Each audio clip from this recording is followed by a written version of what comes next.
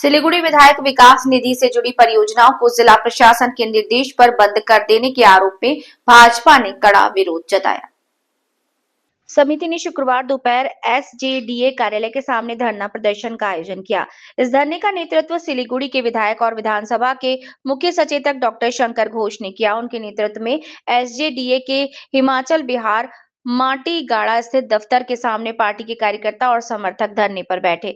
भाजपा का आरोप है कि विभिन्न इलाकों में विधायक विकास निधि के कामों को जानबूझकर रोका जा रहा है। उनका दावा है कि आम लोगों के हित में लिए गए कई विकासात्मक परियोजनाएं बाधित हो रही हैं। इस स्थिति के विरोध में जिला भाजपा ने सीधे आंदोलन में उतरने का निर्णय लिया। इसके अलावा उन्होंने कहा, यदि लोगों के विकास से जुड़े कार्यों को रोका जाएगा तो हम चुप नहीं बैठ सकते, इसलिए एसजेडीए के सामने धरना देकर इसका विरोध दर्ज कर रहे हैं।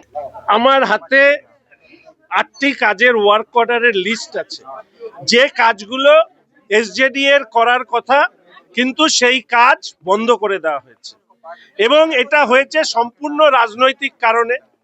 এর আগে মাননীয় মেয়র সাহেব একটি প্রেস কনফারেন্স আমার প্রেস কনফারেন্সের পরিপ্রেক্ষিতে করবার পরে আমি হাতে ধরে ধরে উনি যে অসত্য ভাষণ দিয়েছিলেন সেটা মানুষের সামনে তুলে ধরি এবং একথা বলি যে উনি একটা খোলা মাঠে বিতর্ক করুন। উনিও থাকবেন, আমিও থাকবো। উনার দীর্ঘদিনের রাজনৈতিক অভিজ্ঞতা, আমরা রাজনীতি শিখছি, ফলে মানুষের কাছে পরিষ্কার হয়ে যাবে কে সঠিক কে বেঠিক।